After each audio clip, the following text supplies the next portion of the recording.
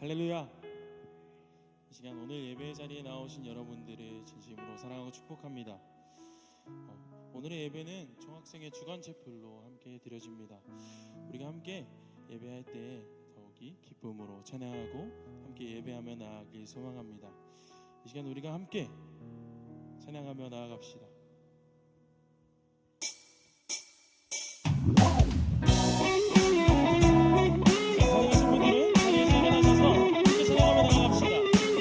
가득 채우신 주님께 우리의 사랑의 고백으로 우리의 마음 담은 고백으로 함께 나갑시다. 할렐루야.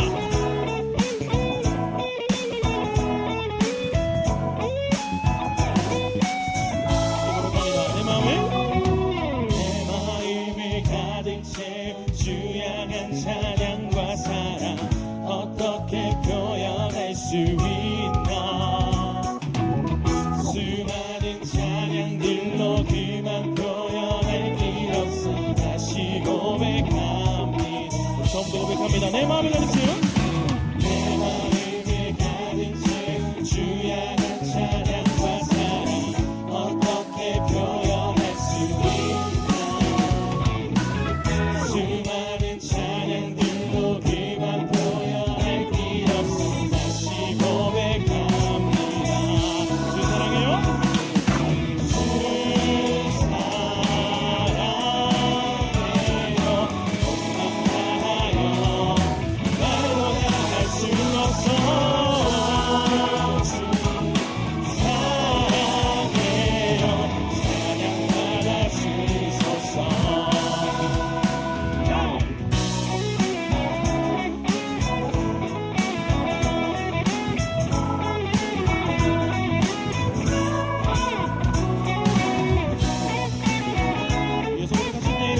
기쁨으로 함께 찬양하며 나아갑시다. 우리 처음부터 함께 고백하며 나아갑니다. 내 마음을 가득 채워 내 마음을 가득 채운 주양한 찬양과 사랑 어떻게 표현할 수 있나. 수많은 찬양들로 그만 표현할 길 없어 다시 고백하. 우리 2절의 가사로 함께 찬양하며 나갈까요? 수많은 멜로디와 찬양들이 되었지만 다시 고백하기 원하네. 주님은 나의 사랑 삶의 중심 되시오. 주를 찬양합니다. 주 사랑해 온맘 다하여 말로 다 할 수 없어.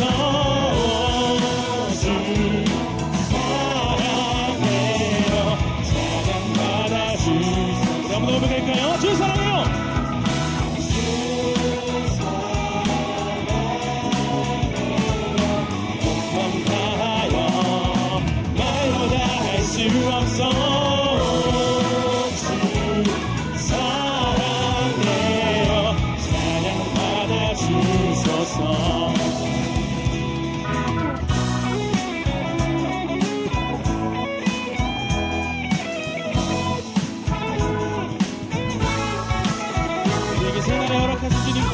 우리에게 사랑을 허락하신 주님께 우리의 고백으로 함께 나아갑시다. 우리가 주님의 사랑을 다시 한번 고백하며 나아갑니다. 주님 사랑 다시 고백하는 새날 주심 감사해요. 우리가 주님의 사랑을 한 번 더 고백하며 나아갑니다. 주님 사랑 다시 고백하는 찬양 주심 감사해요. 한 번 더 주님 사랑을 고백하며 나아갑시다.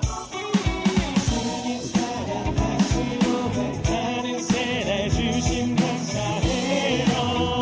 우리 마지막으로 주님 사랑. 주님 사랑 다시 고백하는 찬양 주심 감사해요. 우리 마음 다해 주 사랑해요.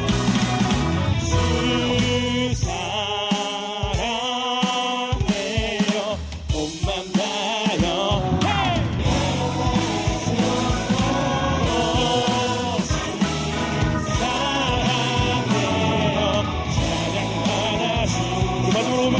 주 사랑해요. 주 사랑해요.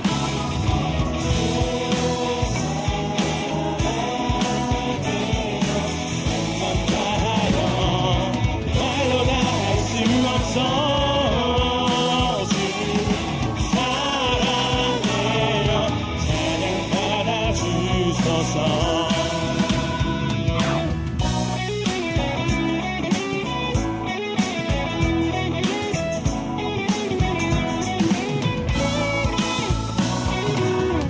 우리의 마음을 가득 채우시는 주님께 우리의 영광의 박수 올려드리며 나아갑시다. 할렐루야.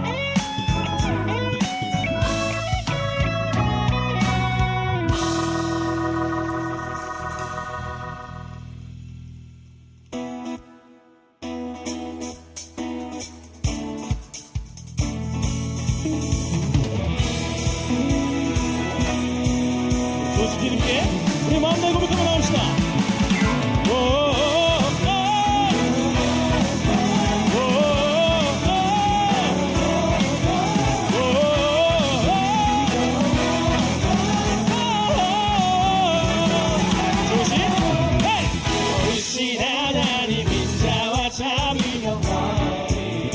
주신 주님을 찬양합니다.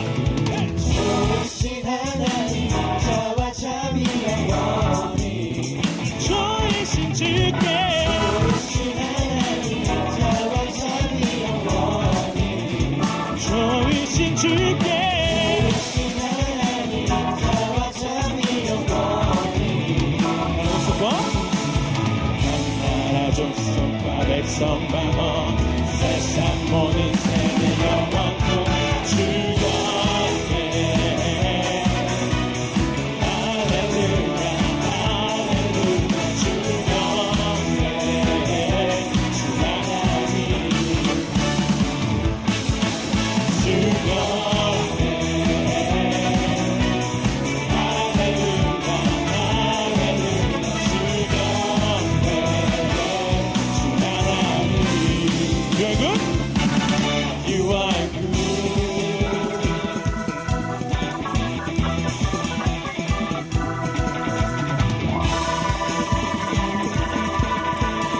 그런 분이십니다. 좋으신 하나님 고백합시다. 좋으신 하나님 인자와 참이 영원히 한 번 더 좋으신 주께 주신 하나님 자와 참이 영원히 나라 백성 방어 세상 모든 세대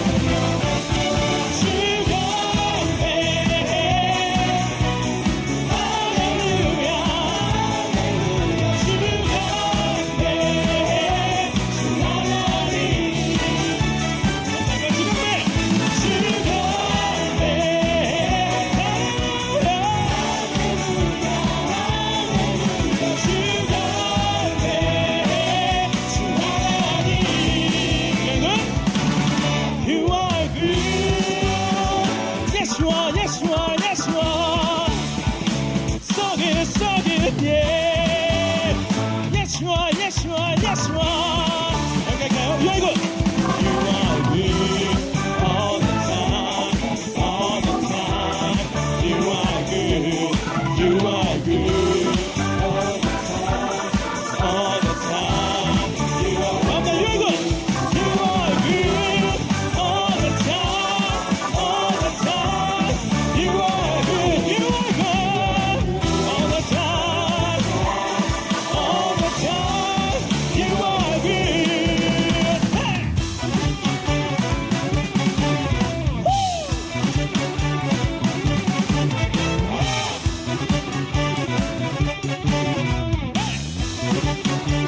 조심.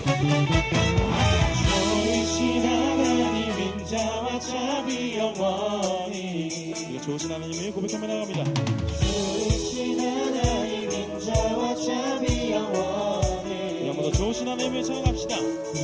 좋으신 하나님 인자와 참이 영원히. 마지막으로 좋으신 하나님. 좋으신 하나님 인자와 참이 영원히. 난 나를 선망어 세상 모든 세대 영원토록 주경배. 할렐루야. 주경배.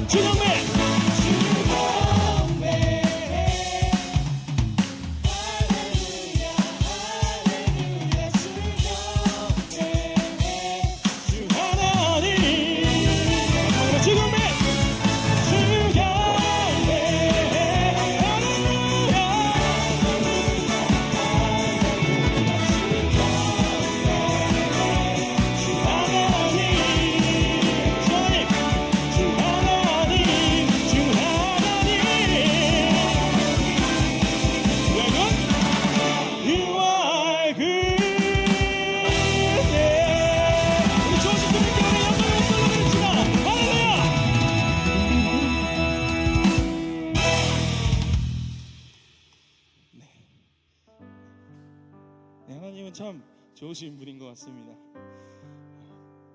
우리가 마지막으로 함께 고백했으면 하는 찬양은요, 더 원합니다라는 찬양입니다. 이곳에 계신 많은 분들이 시험 기간을 지나시며 매일같이 똑같은 삶 속에서 지치시고 그런 마음들을 안고 살아가실 줄로 알고 있습니다. 이처럼 매일 똑같이 반복되는 것들은요, 어쩌면 우리를 지치게 하고 힘들게 하는 것 같습니다. 하지만 한 가지, 그 반복되는 것, 그 찬양 속에서 우리가 계속해서 반복되는 것은 그 고백 속에서 우리가 은혜를 발견하고 우리를 더욱더 깊은 곳으로 초대하는 것 같습니다. 오늘 함께 한 목소리로 드리는 이 찬양이 여러분들에게 그런 힘이 되길 소망합니다. 우리가 주님의 사랑을 원합니다. 우리가 주님을 사랑합니다. 우리가 주님을 간절히 원하고 바랍니다. 주님께로 우리를 이끄소서. 이 반복되는 가사들이 우리의 고백이 되길 소망합니다. 이 시간 우리 함께 찬양하겠습니다.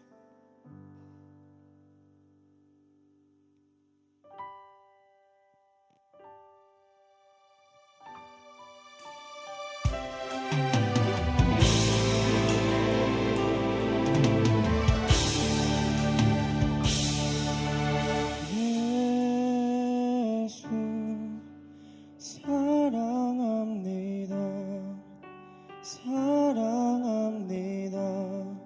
온 마음 다하여 오직 주님 한 분만 간절히 더 원합니다. 고백합시다. 예수 사랑합니다.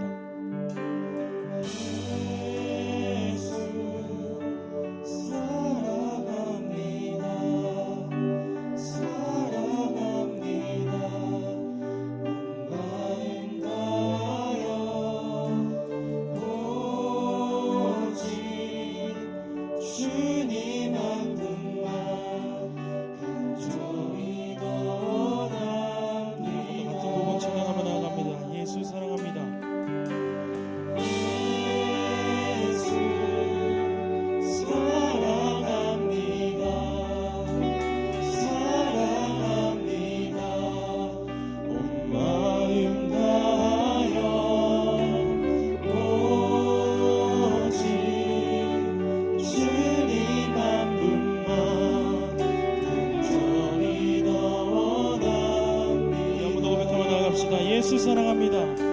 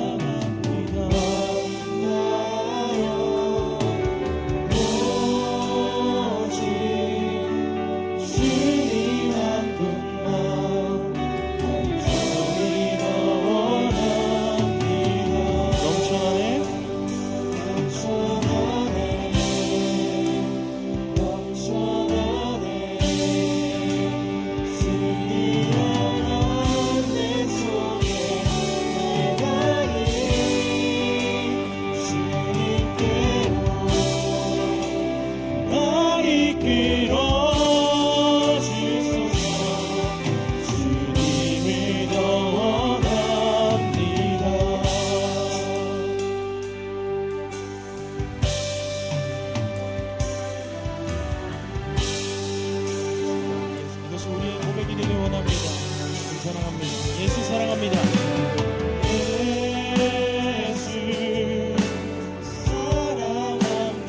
사랑합니다. 우리 온 마음 다해 주님을 사랑합니다. 오직 주님 한 분만 원합니다. 주님 한 분만 간절히 더 원합니다. 넘쳐나네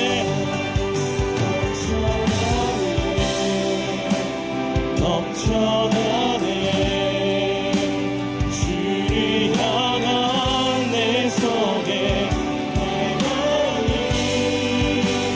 주님께로 나 이끌어 주소서. 주님을 더 원하 내 마음 내 고백합니다. 넘쳐나네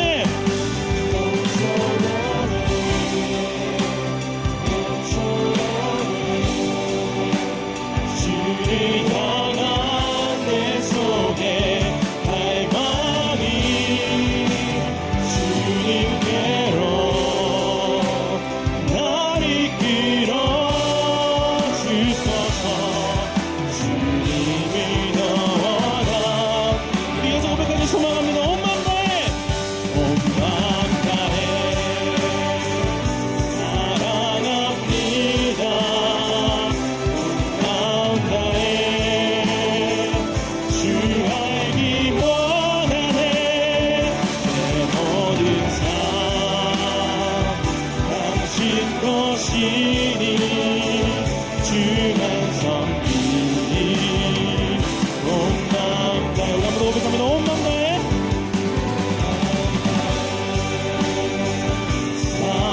사랑합니다.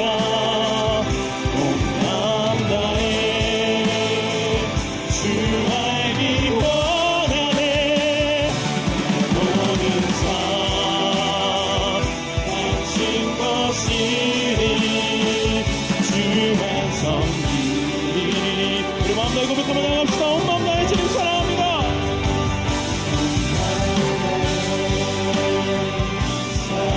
사랑합니다. 온 마음 다해 주 알기 원하네. 내 모든 삶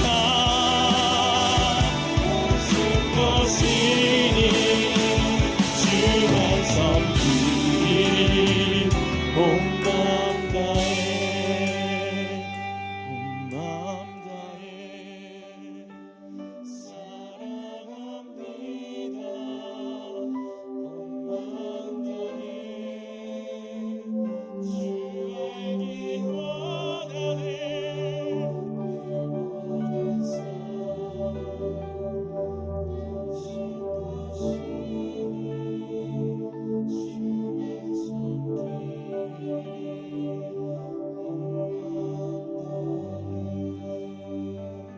우리 지금 함께 기도합시다. 우리가 방금 고백했던 그 찬양의 가사들처럼 주님, 우리가 주님을 사랑합니다. 주님, 우리가 주님의 이름을 간절히 구합니다. 주님, 주님만이 우리를 넘치게 하여 주시옵소서. 주님, 우리가 주님을 사랑합니다. 온 마음 다해 주님을 사랑합니다. 주만 섬기리. 우리가 온 마음 다해 주님을 섬기며 나아가겠습니다. 주님, 우리가 그렇게 사랑하게 해달라고, 우리의 삶 속에서 주님께서 함께 하여 달라고, 그리고 또 이 예배를 위해서 함께 주님의 이름 한번 부르짖고 기도하며 나아갑시다. 주여,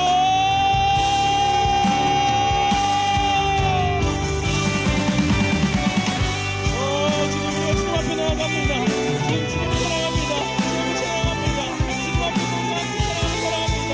주님 사랑하니, 주님 예배하니, 주님 찬양하니 우리에게 너무나 큰 기쁨입니다. 우리가 주 사랑하게 하시옵소서. 주님 당신을 예배하게 하시옵소서. 당신을 예배하니 당신을 찬양하고 기도하니 주님 우리에게 그것만이 은혜입니다. 그것만이 우리 삶의 이유입니다. 오 주님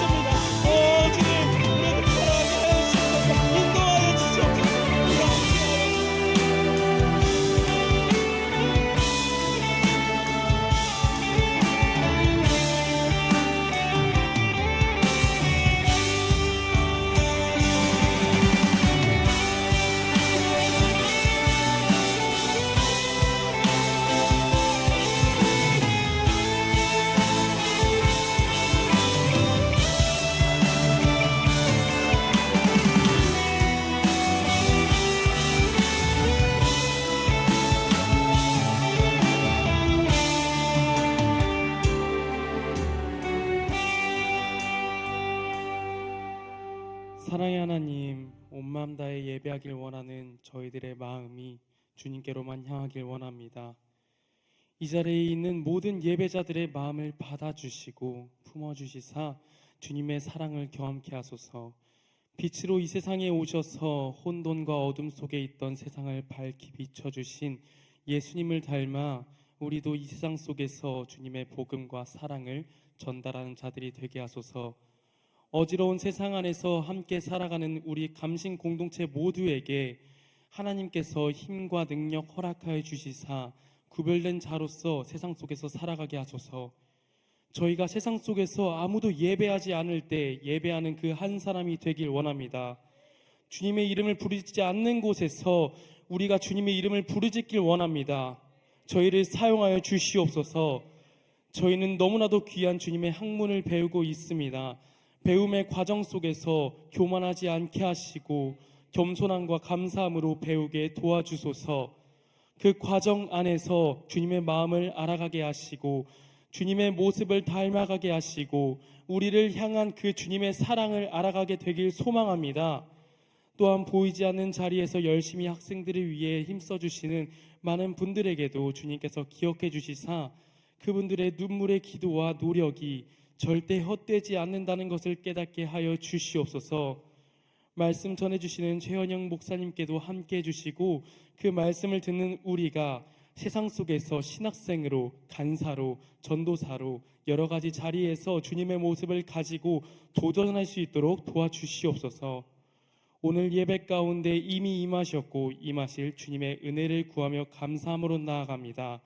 우리를 너무나도 사랑하시는 예수님의 이름으로 기도드렸습니다. 아멘. 오늘 우리에게 주신 하나님의 말씀은 마태복음 16장 2절에서 3절의 말씀입니다.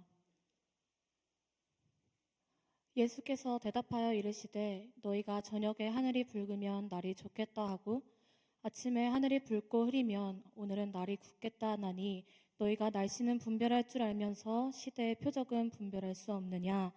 아멘. 네, 오늘 설교해 주실 목사님은 최헌영 목사님이십니다. 목사님께서는 본교 신학과 7, 8학번이시고 본교 신학대학원을 졸업하셨으며 제21대 동부연회 감독을 연임하셨고 현재 원주 제일교회 담임 목사님으로 사역 중이십니다.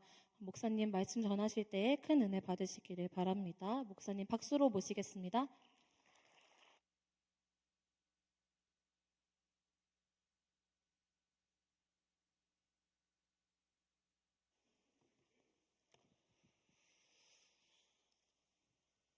먼저 개인적으로 이 자리에 서서 여러분과 함께 말씀을 나누게 된 것이 무척이나 감사하고 또 이런 기회를 주신 우리 유경동 총장님께 감사를 드립니다. 감신에 입학한 지 46년이 되었는데 이 설교단에 세 번째 서면서 아마 이 자리가 마지막 자리가 아닌가 하는 생각이 듭니다. 1978년 5월에 웨슬리 회심 주간 때 학생 설교대회가 그때 있었습니다. 그런데 입학한 지 2달밖에 안 된 1학년이었던 제가 정말 철이 없어서 교수님들이 심사하는 설교대회에 나오기 위해서 이 자리에 섰었습니다. 그때 제목이 바보들이었다는 것을 지금도 기억하죠. 감히 1학년 학생에 나와서 교수님들과 기라성 같은 선배들 앞에서 설교대회를 나오니까 깜짝 놀라셨는지 당시에 김철선 교수님이 없는 상을 만들어서 장려상을 주시면서 어찌되었든 장래가 촉망되는 학생이라고 말씀해 주셨는데 제가 지금도 그 말을 꼭 믿고 있습니다. 두 번째는 그해 10월에 종교교회에서 감리회 총회를 앞두고 우리 감리 교단이 2개로 분열되어 있었을 때에 모든 학생들이 채플에 모여서 교단의 하나됨을 위해서 기도회를 할 때 그때 제가 여전히 철이 없어서 만약에 교단이 통합이 되는 일이 무산된다면 제가 목사들의 죄를 대신해서 이 자리에서 자결하겠다고 했던 자리가 두 번째 자리였습니다. 물론 그날 우리 선배님들이 나를 죽지 못하게 하려고 당시에 김창희 감독님과 조필득 총회장님을 강제로 모시고 와서 교단 통합을 꼭 이루겠다고 약속하시는 바람에 제가 오늘 여러분 앞에 서 있을 수 있는 것이죠. 그리고 시간이 많이 흘러서 이제 은퇴를 5년 앞둔 선배가 되어서 여러분 앞에 서게 된 것이죠. 정말 1학년 때는 하나도 떨리지 않았는데 46년이 지난 오늘은 엄청 떨립니다. 수십 년이 지난 지금 뭐가 달라졌을까요?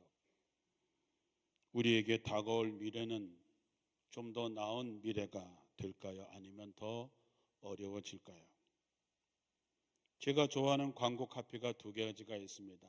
1990년대에 유행했던 여자 의류 광고였던 카피였던 프로는 아름답다라는 말이고 그 당시에 또 유행했던 스포츠의 감동적인 장면이 나오고 나서 맨 마지막에 했던 카피가 스포츠는 살아있다, 아디다스였습니다. 저는 평생을 살아가면서 그래, 프로는 아름답다. 우리가 달인 여러 가지 많은 데서 최고의 경지에 올라간 사람은 그가 무엇을 하든지 간에 참 아름답습니다. 그리고 프로는 살아있게 되는 것이죠.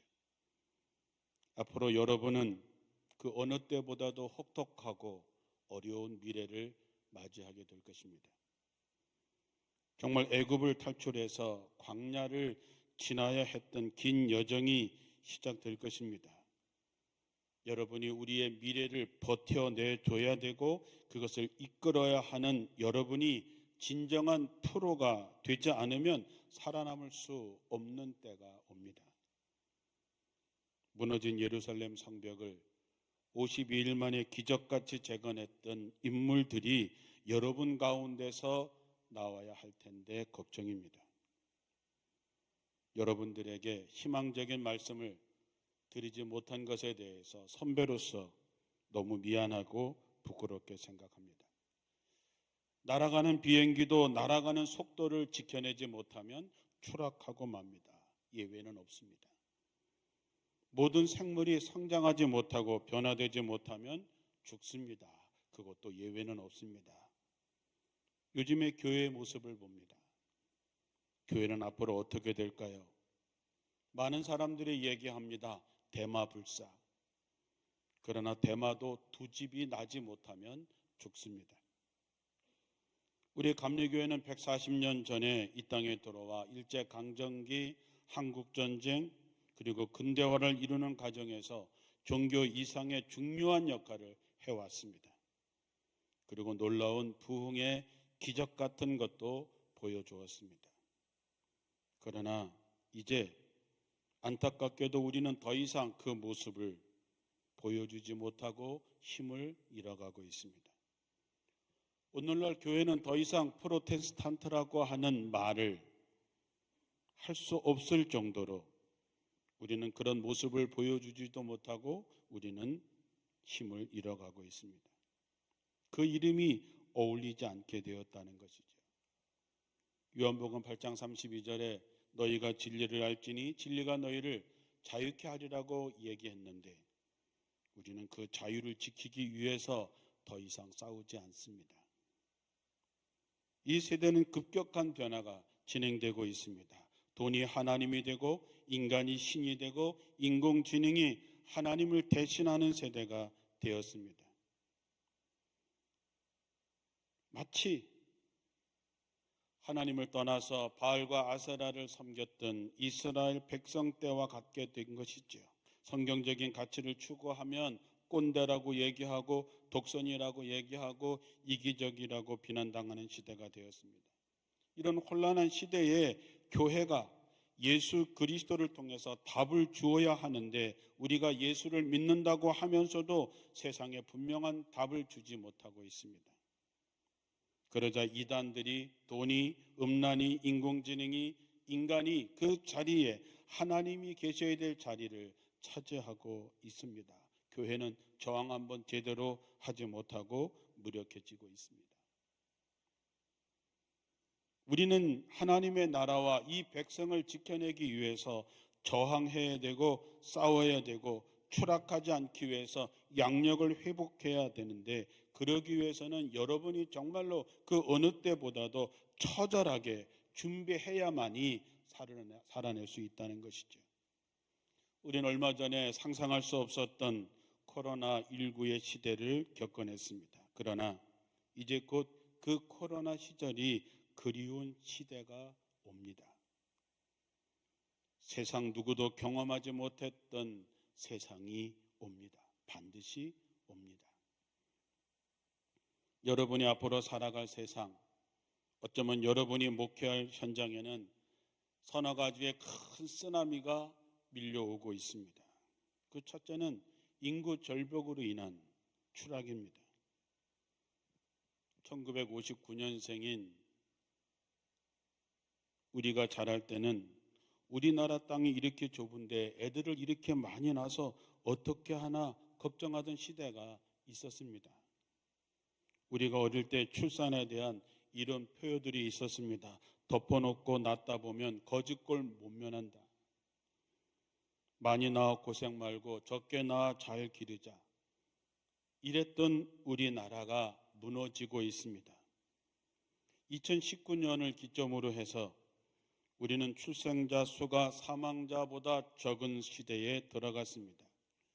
우리가 OECD 출산율의 절반도 미치지 못하고 2023년 8월을 기점으로 해서 세계 최초로 0.7 국가가 되었습니다. 그리고 올해는 0.65대로 떨어졌습니다. 아주 쉽게 얘기하면 인구를 유지하려면 2.1이 돼야 되는데 0.65가 됐다라고 하는 것은 아주 심각한 재앙의 수준에 이른 것이죠.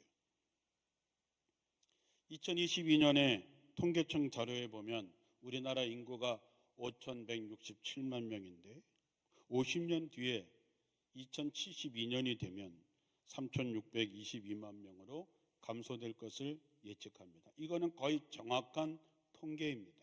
다시 말하면 1,545만 명이 앞으로 50년 내에 줄어든다고 하는 것이죠.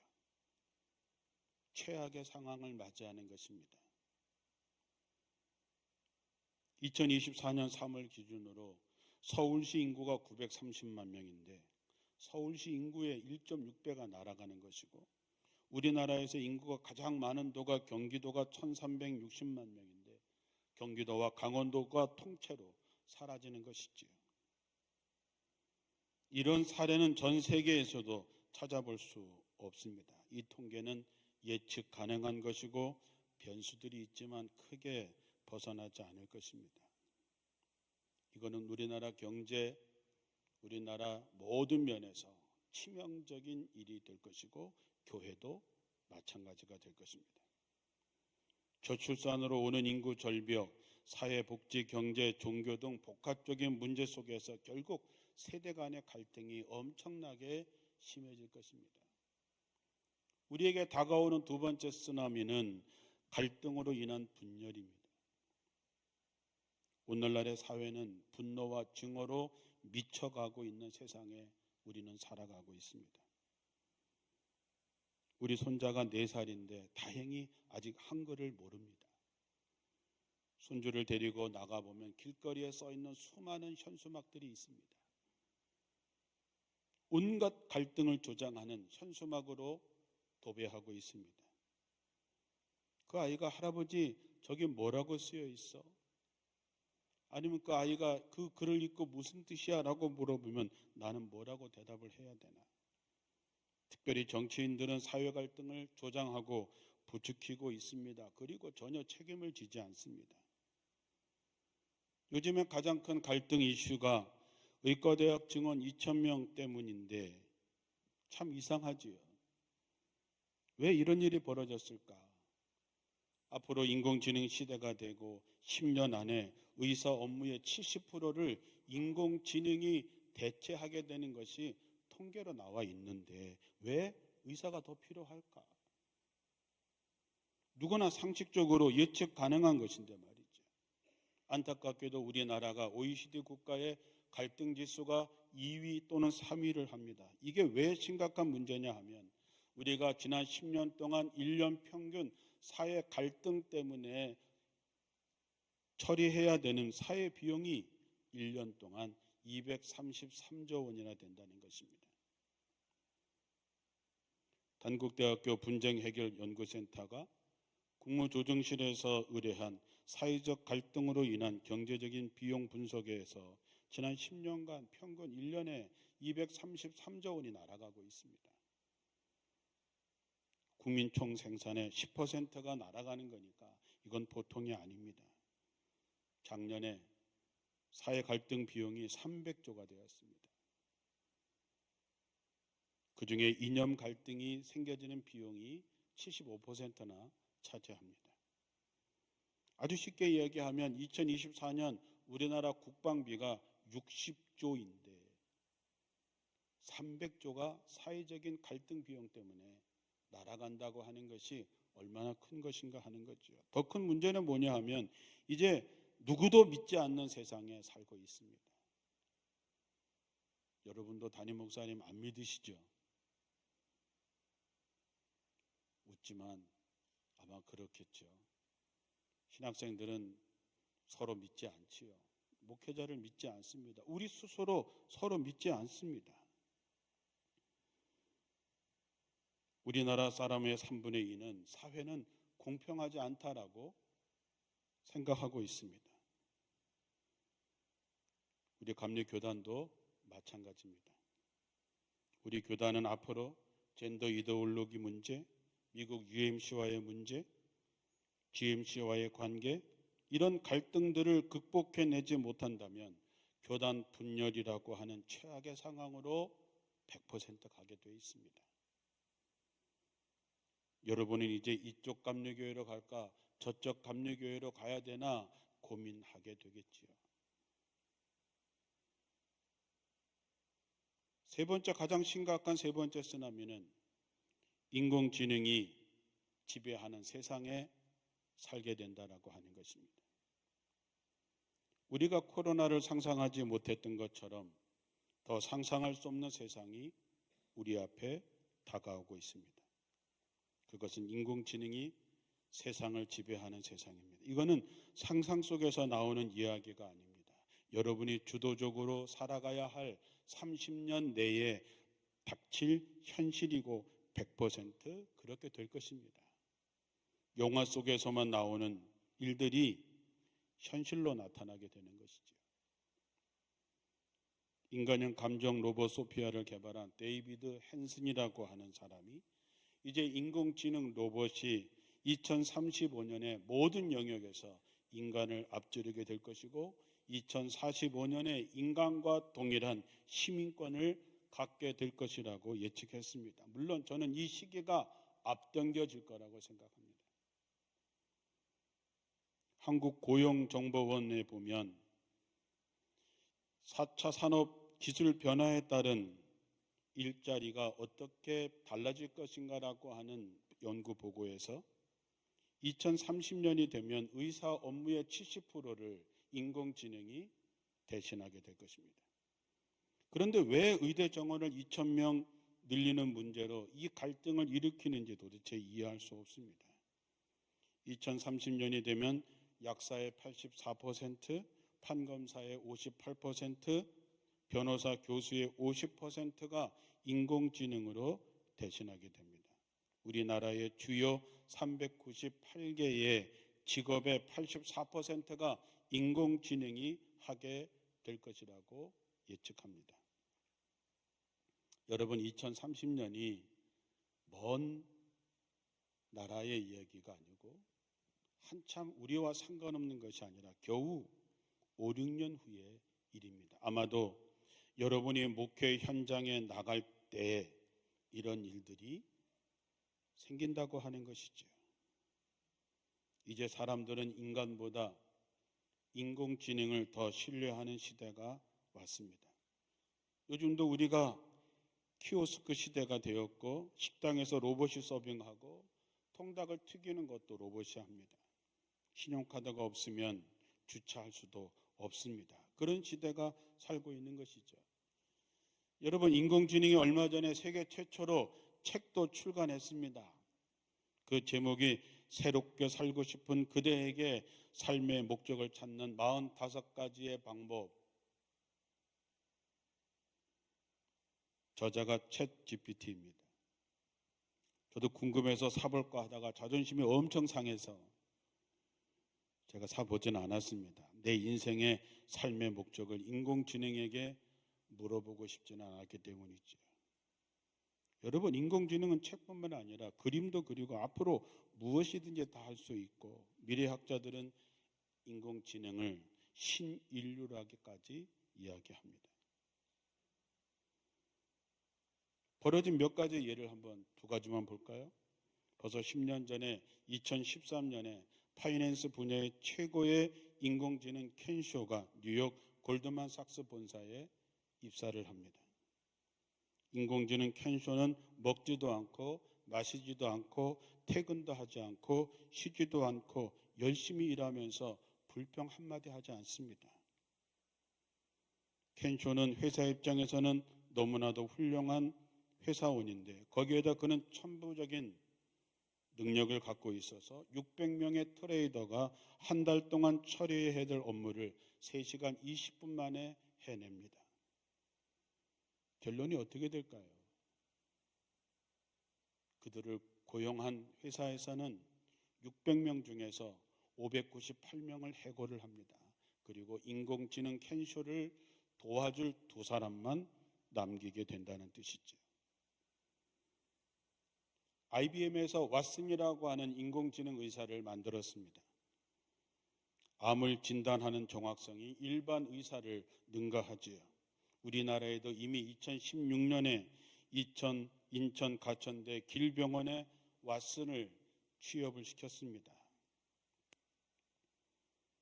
이후에 인천에서 서울에 있는 빅5 병원으로 빠져나가던 암 환자들이 왓슨에게 치료받기 위해서 다시 인천 길병원으로 모이기 시작했습니다.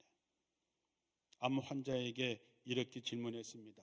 인간 의사와 인공지능 의사 왓슨이 처방이 다르면 어떤 것을 선택하겠습니까? 80% 이상의 환자들이 인공지능 왓슨의 처방을 믿겠다라고 선택을 했습니다. 우리는 다를까요? 우리를 대신할 인공지능 목사도 나오겠지요. 반드시 나옵니다. 목사가 나오지 않아도 이미 우리는 유튜브의 시대에 살고 있지요.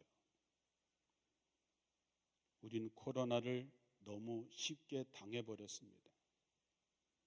교회는 모이지 못하게 하는 것에 대해서 제대로 저항도 하지 못하고 우리는 그대로 당해서 집에서 인터넷으로 예배를 드리는 것도 괜찮다라고 하는 것을 허용하게 됐습니다. 이제 많은 사람들이 굳이 교회에 나오려고 하지 않을 것입니다.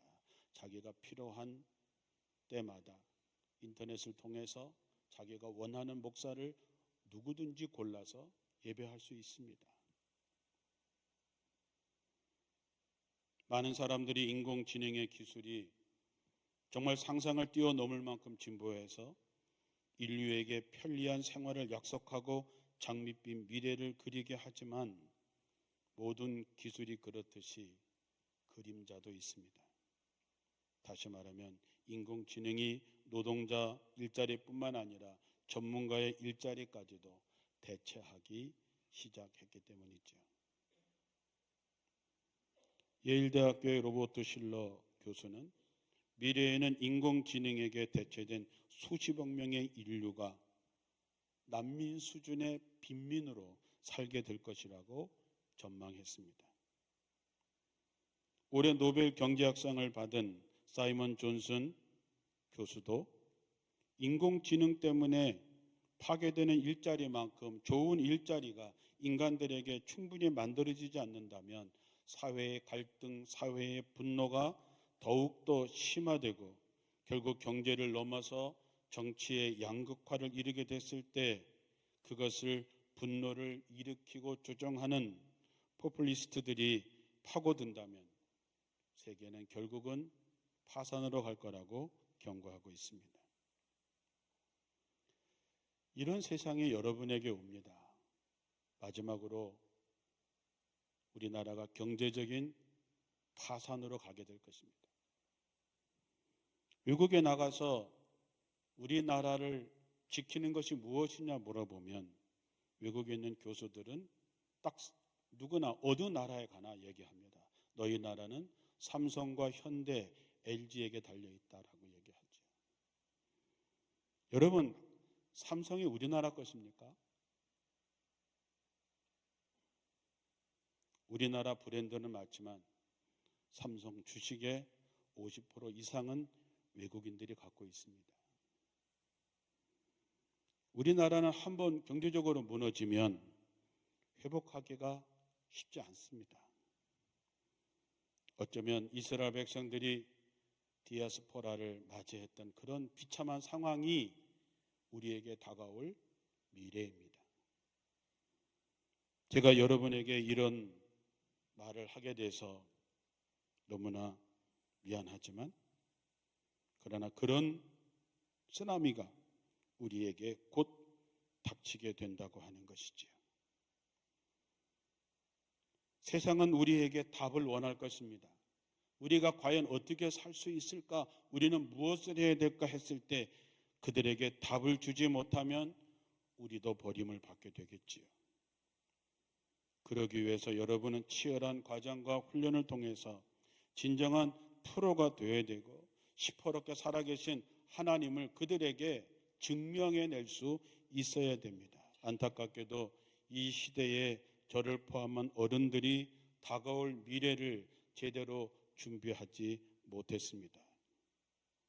그래서 여러분들이 그 쓰나미를 맞게 되는 것이겠지요. 정말 미안하고 안쓰럽습니다.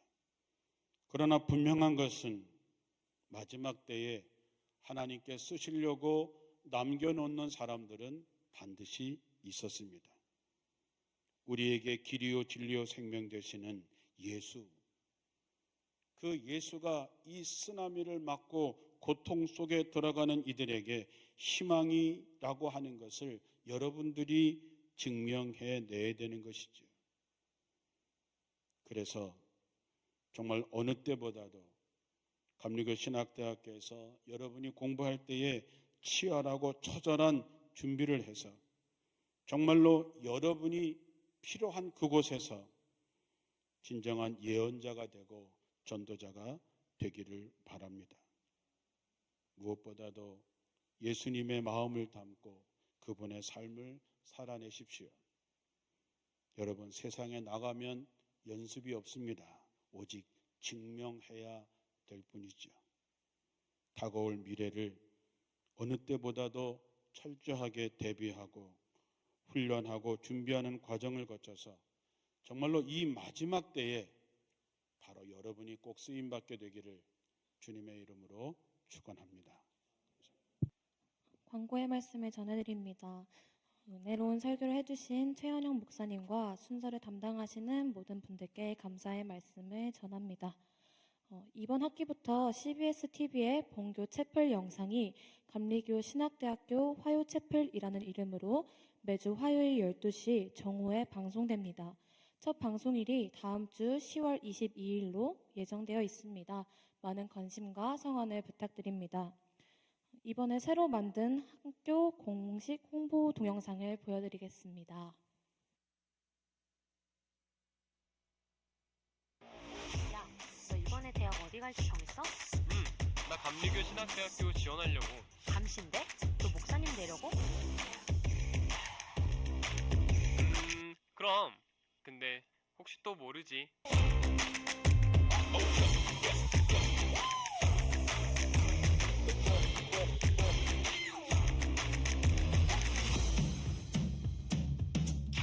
근데 너 전공은 정했어?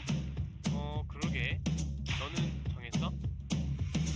신학 전공 어때? 교회를 이끌어가는 목회자가 되는 거야. 성경을 연구하고 하나님을 깊이 이해하는 신학 전공 어때? 근본 있잖아.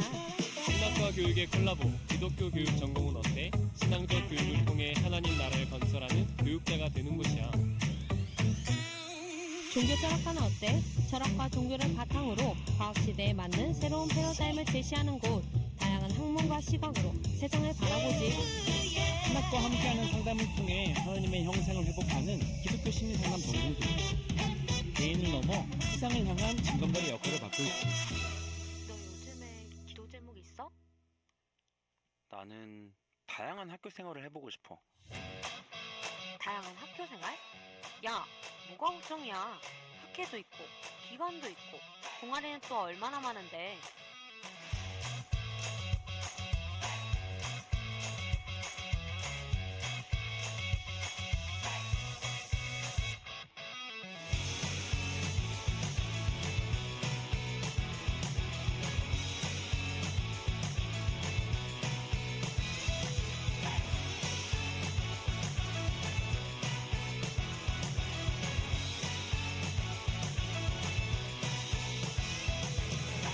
여기는 예언자의 소리, 감리교 신학대학교 방송국입니다. VOP.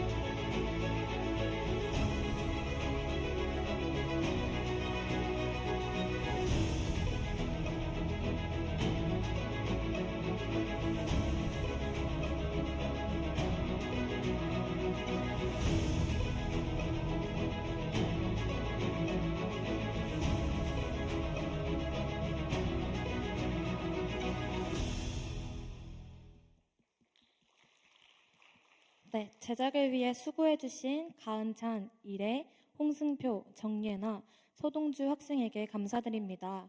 앞으로도 미디어에 관심 있는 학생들의 많은 참여를 부탁드립니다. 2024학년도 학부 대동제가 11월 5일부터 6일에 진행됩니다. 총학생회에서 이를 알리는 홍보 영상을 준비했습니다. 함께 보시겠습니다.